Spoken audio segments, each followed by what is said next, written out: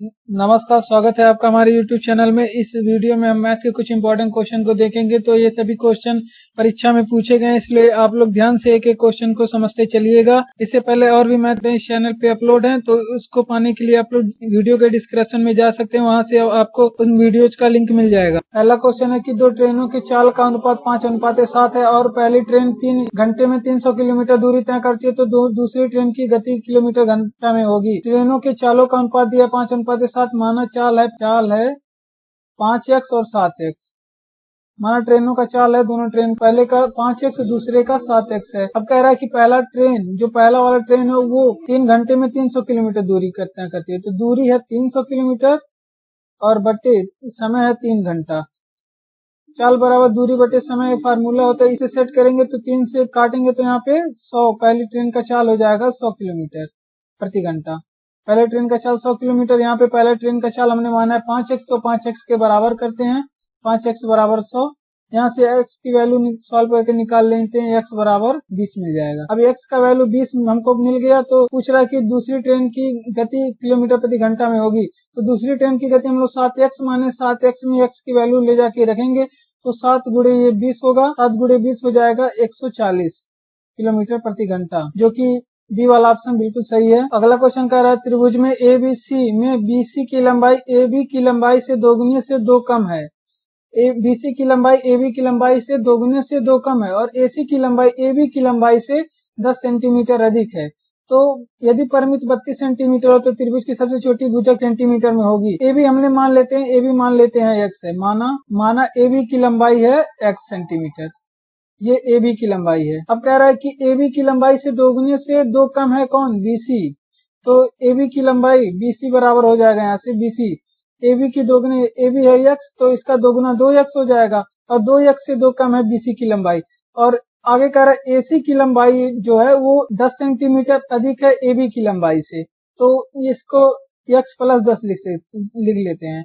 तो अब यहाँ पे कह रहा है कि यदि परिमित 32 सेंटीमीटर हो तो त्रिभुज की सबसे छोटी भुजा, तो 32 सेंटीमीटर त्रिभुज की परिमित यानी कि तीनों भुजाओं का योग दिया है 32 सेंटीमीटर, तो तीनों भुजा का मान हमें पता है, एक का x, एक का 2x, एक का x plus 10, 2x minus 2 BC का लंबाई। तीनों भुजाओं की लंबाई को जोड़ लेते हैं और x के बराबर कर देते हैं। ये x प्लस 2x माइनस 2 और प्लस x प्लस 10 बराबर 32 के बराबर कर लेते हैं। अब x में 2x जुड़ेगा 3x में x जुड़ेगा 4x और 10 में से 2 को माइनस करेंगे तो प्लस 8 हो जाएगा बराबर 32। अब 32 में से 8 को घटा देंगे 24 और 24 में 4 से भाग देंगे तो ये जाएगा 6 बार में। तो x की वैल्यू यहाँ से हमको मिल गया 6, x की वैल्यू 6 मिल गया। त्रिभुज की सबसे छोटी भुजा AB होगा, ये जो कि हमने माना है x, तो x का मान हमें 6 मिल गया, तो यहाँ पे ऑप्शन में ए वाला सही हो जाएगा। अगला क्वेश्चन कह रहा है कि किसी संख्या में 30% की वृद्धि हुई,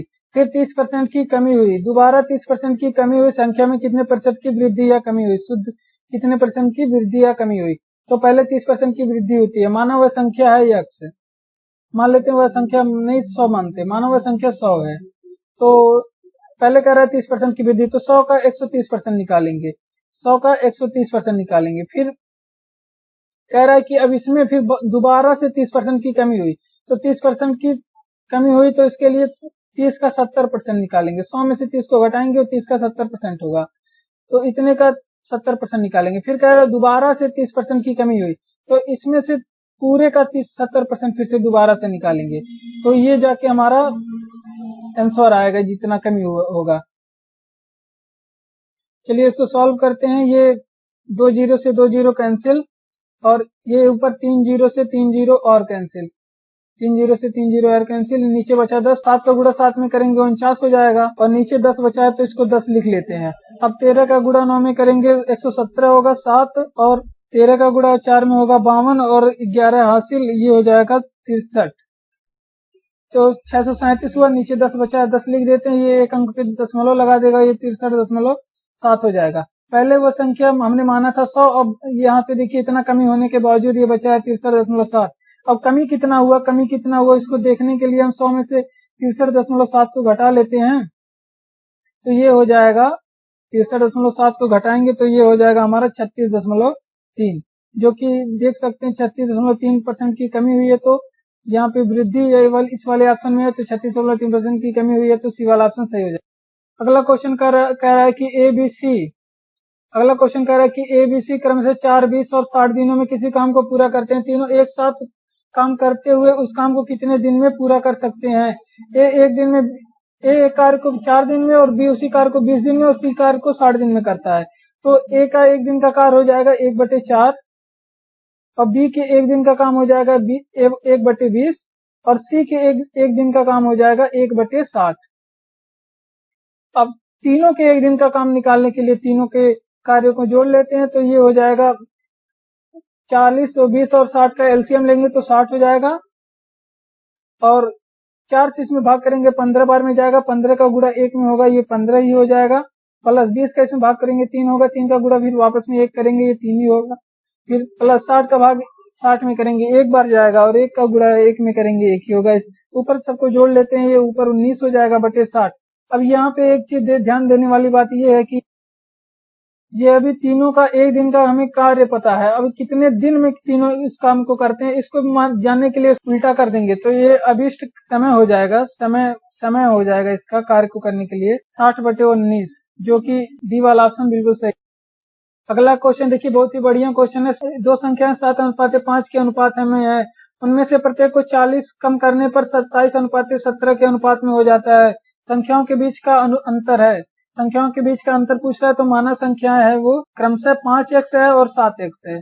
आगे कह रहा है कि यदि इन संख्याओं में से उनमें से 40 घटा दिया जाए, 7x में से 40 को घटाइए और 5x में से 40 को, तो नया अनुपात जो कह रहा है कि हो जाता है 27:17 का, तो 27:17 के बराबर इसको कर दीजिए, यहाँ से तिर्यक गुणा कर लीजिए, 7x का गुणा 17 में होगा 119 x हो जाएगा, और माइनस 40 का गुणा 17 में होगा ये 680 हो जाएगा, और 27 का गुणा 5 में होगा तो ये हो जाएगा 135, और x पहले से x यहाँ लिख देते हैं माइनस 27 का गुणा 40 में हो जाएगा 1080 हो जाएगा। अब इसको सॉल्व कर 135x में से अब 119x को घटा देंगे, 135x माइनस 119x, ये x है, बराबर 1080 में से अब 680 को घटा देते हैं, 680 को माइनस कर देते हैं। यहाँ पे इसको सॉल्व होकर 16x आएगा, यहाँ पे 135 में से 119 को हटाएंगे और यहाँ पे 400 आ जाएगा, तो 16 से 400 को काटेंगे तो x बराबर यहाँ पे 25 मिल जाएगा। अब कह रहा है कि संख्याओं के बीच का अंतर है, तो x का वैल्यू हमें पता चल गया है, दोनों संख्या हमने माना एक है 5x और 7x, और दोनों के बीच अंतर यहाँ पे हम देख सकते हैं कि अंतर है 2x, संख्याओं के बीच अंतर है 2x, और यहाँ पे x की हमको वैल्यू पता है कि 25, तो 2x में x की वैल्यू रखेंगे तो यहाँ पे संख्याओं का अंतर आ जाएगा 50, जो कि पहला वाला ऑप्शन बिल्कुल सही है। अगला क्वेश्चन कह रहा है कि एक व्यक्ति दो वस्तुएं खरीदी जिसमें से प्रत्येक की कीमत 400 थी। अच्छा, एक वस्तु की कीमत 200, तो दो वस्तु की कीमत 800 रुपए हो जाएगा, प्रत्येक की कीमत 400 थी। आगे कह रहा है कि उनमें से एक वस्तु को 15% हानि पर और दूसरी को कितने % लाभ पर बेचा जाए ताकि कोई हानि या लाभ अर्जित ना हो। तो माना कि x% लाभ पे बेचा जाए, माना x% लाभ पर। तो चलिए इसको सॉल्व कर लेते हैं। पहला एक वस्तु 400 का था जिसमें से दोनों की कीमत कह रहा है कि 400 था, इसका निकालेंगे 85%। अगर यहाँ पे 15% लाभ लिया होता तो 100 में 15 जोड़ते थे, इसका निकालते 115%, लेकिन हानि यहाँ पे है तो 100 में से 15 को घटा के इसका 85% निकालेंगे, यहाँ पे 85 रहेगा और बटे 100 लिख देते हैं। और कह रहा है अब दूसरी वस्तु को हमने माना कि x% की लाभ पर बेचेगा, तो यहाँ पे प्लस करके 400 का x% निकाल लेते हैं, तो लाभ कह रहा है इसलिए इसको 100 में जोड़ देंगे x को, बटे 100, नहीं तो माइनस करके लिखते अगर हानि हुआ होता। और कह रहा है कि ना लाभ ना हानि, यानी कि ना लाभ या हानि % अर्जित करना हो, कोई लाभ भी ना हो और कोई हानि भी ना हो, तो कब लाभ या हानि नहीं होगा, जब 800 का खरीदा रहेगा और 800 उसको मिल जाएगा, तो इसको 800 के बराबर कर देते हैं। अब इसको यहाँ से सॉल्व कर लेते हैं, 2 जीरो से 2 जीरो कैंसिल यहाँ पे हो जाएगा, यहाँ पे भी 2 जीरो से 2 जीरो कैंसिल हो जाएगा, और 85 में 4 का गुणा करेंगे तो ये हो जाएगा। अब यहाँ से 85 में 4 का गुणा होगा, ये हो जाएगा 340 और प्लस 4 का गुणा होगा 100 में, तो ये हो जाएगा 400 और 4 का गुणा होगा x में, तो ये 4x हो जाएगा बराबर 800 और 340 और 400 को जोड़ेंगे तो 740 हो जाएगा। 740 प्लस 4x बराबर 800 और 800 में से 740 को घटाएंगे तो यहाँ पे 4x बराबर हो जाएगा 60 और यहाँ से x की वैल्यू निकालेंगे तो x का भाग जाएगा 4 में 15 बार, तो x बराबर यहाँ पे हमें को 15 मिल गया। दूसरी वस्तु को कह रहा है कि कितने % लाभ पे बेचा जाए, तो हमने माना था कि x% लाभ पे बेचे तो x का वैल्यू हमें 15 मिल गया है, सही हो जाएगा ऑप्शन पहला वाला। अगला क्वेश्चन कह रहा है 4 भाइयों की औसत आयु 15 वर्ष है, अगर उनमें पिता की आयु को शामिल कर दिया जाए तो औसत 5 साल बढ़ जाता है, पिता की आयु वर्षों में है, तो यहाँ पे औसत बराबर होता है पदों के योग बटे पदों की संख्या। 4 भाइयों के औसत आयु 15 वर्ष थी, तो इसको सॉल्व करने के लिए पहले हमको योग निकालना पड़ेगा कि चारों भाइयों का योग कितना था, तो योग हमको पता नहीं लेकिन औसत 15 पता है, तो इसको 15 लिख लेते हैं बराबर, योग नहीं पता योग निकालेंगे और पदों की संख्या हमको पता था कि 4 भाई हैं 4, अब 4 का गुणा 15 में करेंगे तो योग हमको यहाँ से मिल जाएगा 60, तो चारों भाइयों का योग था 60। अब कह रहा है कि पिता की आयु जोड़ लेने पे औसत 5 साल बढ़ जाता है, तो पिता की आयु वर्षों में है, तो पिता की आयु माना पिता की आयु है x, और क्वेश्चन में कह रहा है कि जब 4 भाइयों के आयु में पिता की आयु जोड़ी जाती है तो औसत 5 वर्ष बढ़ जाता है, तो यह 60 में x को जोड़ा जाता है तो इस 6 पदों की संख्या पहले 4 थी, अब 5 संख्या होगी पदों की, तो औसत बढ़ के पहले 15 था, अब 5 और बढ़ जाता है तो ये औसत हो जाता है यहाँ से 20, तो यहाँ से 20 में 5 का गुणा करेंगे तो हो जाएगा 60 प्लस x बराबर 100। अब इसको सॉल्व करके यहाँ से x की वैल्यू निकाल लेते हैं, तो x बराबर यहाँ से 100 में से 60 को घटाएंगे 40 हो जाएगा, तो पिता की आयु हो गई 40 वर्ष, जो कि सी वाला ऑप्शन बिल्कुल सही है।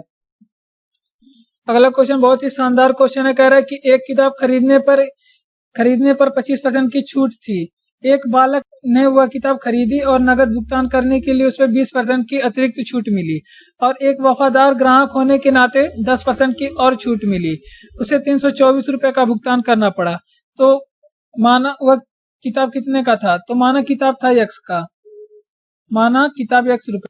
अब कह रहा है कि पहले उसे एक किताब पे 25% की छूट थी, 25% की छूट थी, तो अब x का निकालेंगे कितना, 25%, 25 नहीं 75%, क्योंकि कह रहा है कि छूट मिली तो छूट को 100 में से घटा के लिखेंगे, अगर कहता कि 25% अधिक लिया उसने तो उसका x का निकालते 125%, 100 में 25 को जोड़ देते हैं, लेकिन यहाँ छूट की बात कर रहा है तो इसमें 100 में से 25 को घटा देते हैं, फिर वह खरीदा और नकद भुगतान करने के लिए उसे 20% की पुनः छूट, अब इस पे पूरे पे 20% की छूट मिली तो इसका 80% निकाल लेते हैं, 100 में से 20 को घटाएंगे 80 होगा तो इसका 80% निकालेंगे, और आगे कह रहा है कि एक वफादार ग्राहक होने के नाते उसने 10% की अतिरिक्त छूट दी, तो इसका निकाल लेते हैं पूरे का 90%, तो पूरे का 90% निकाल लेते हैं, गुणे 90/100 कर लेते हैं, और अंत में कह रहा है कि उसे 324 रुपए का भुगतान किया, तो इसको पूरे का 324 के बराबर कर देते हैं, यानी कि पूरा मिलने के बाद इसको 324 रुपए देना पड़ा, तो इसको 324 के बराबर करके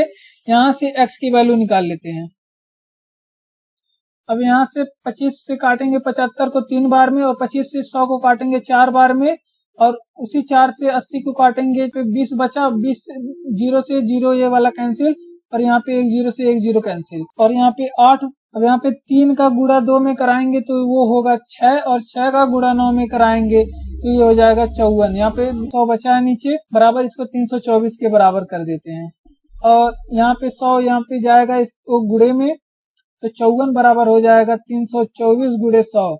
अब यहाँ पे 324 को काटेंगे 54 से तो ये हो जाएगा 6 बार में कटेगा, और 6 का गुणा 100 में होगा तो यहाँ पे 600 रुपया हो जाएगा, x बराबर यहाँ पे 600 रुपये हो जाएगा, और उसी x को माने थे हमने किताब का मूल्य, तो किताब का मूल्य यहाँ पे 600 रुपये, जो कि बी वाला ऑप्शन बिल्कुल सही हो जाएगा।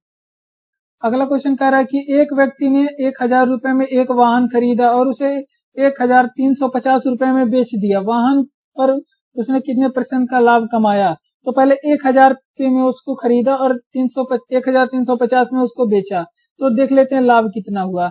लाभ को देखने के लिए विक्रय मूल्य में से क्रय मूल्य को घटा लेते हैं, तो विक्रय मूल्य है हमारा 350 और क्रय मूल्य है 1000, तो 350 में से 1000 को घटाएंगे तो यहाँ पे 350 रुपए का इसने लाभ कमाया उस वाहन पे। तो 350 रुपए का लाभ कमाया। आप कह रहा है कि कितने परसेंट का लाभ कमाया। लाभ परसेंट का फार्मूला होता है लाभ गुणे प्रारंभिक मान गुणे 100। तो प्रारंभिक मान है 1000 और लाभ है 350, तो 350 बटे 1000 और गुणे क्वेश्चन में 100, फार्मूले में 100 पहले से तो 100 लिख देते हैं। ये लाभ परसेंट बराबर होता है। तो यहाँ पे 2 जीरो से 2 जीरो कैंसिल और 1 जीरो से ये 1 जीरो कैंसिल। तो यहाँ पे लाभ हो जाएगा हमारा लाभ प्रतिशत बराबर 35% का लाभ हो जाएगा, और जो कि डी वाला ऑप्शन बिल्कुल सही है। अगला क्वेश्चन कह रहा है कि निम्नलिखित चित्र में x का मान ज्ञात कीजिए। तो एक चित्र दिया है, इसमें x का वैल्यू हमको निकालना है। x यहाँ पे है, इसका वैल्यू निकालना है। तो हम सभी जानते हैं कि त्रिभुज के अंतर कोणों का योगफल 180 होता है। अगर इस कोण का मान हमें पता चल जाए तो हम इस x का मान भी बता सकते हैं, क्योंकि त्रिभुज के तीनों कोणों का मान 180 डिग्री होता है। तो यहाँ पे ये है 110। हम जानते हैं कि सीधी रेखा पे बना कोण, सीधी रेखा पे जो बना कोण होता है वो 180 अंश का होता है। और यहाँ पे एक सीधी रेखा है नीचे और इस पे एक कोण बना है जो कि पूरा नहीं है, ये आधा, इसका आधे का मान है 110। तो पूरे का मान निकालने के लिए आधे के मान में से घटा देते हैं, 180 में से 110 को घटा देते हैं, ये मिल जाएगा हमको कितना, 70 अंश। अब यहाँ पे इसका मान मिल गया हमको 70 अंश, ये 70 अंश मिल गया। अब त्रिभुज के तीनों कोणों का योगफल 180 अंश होता है, हम सभी जानते हैं। तो इसको तीनों को 180 अंश के बराबर 70 प्लस 60 प्लस x को 180 अंश के बराबर कर देते हैं। 60 70 को जोड़ेंगे 130 होगा, 130 को 180 में से घटाएंगे तो वो होगा 50 अंश, और यहाँ पे x की वैल्यू हमको मिल जाएगी 50 अंश। तो x बराबर यहाँ पे 50 अंश हो जाएगा, जो कि देख सकते हैं ए वाला ऑप्शन बिल्कुल सही है।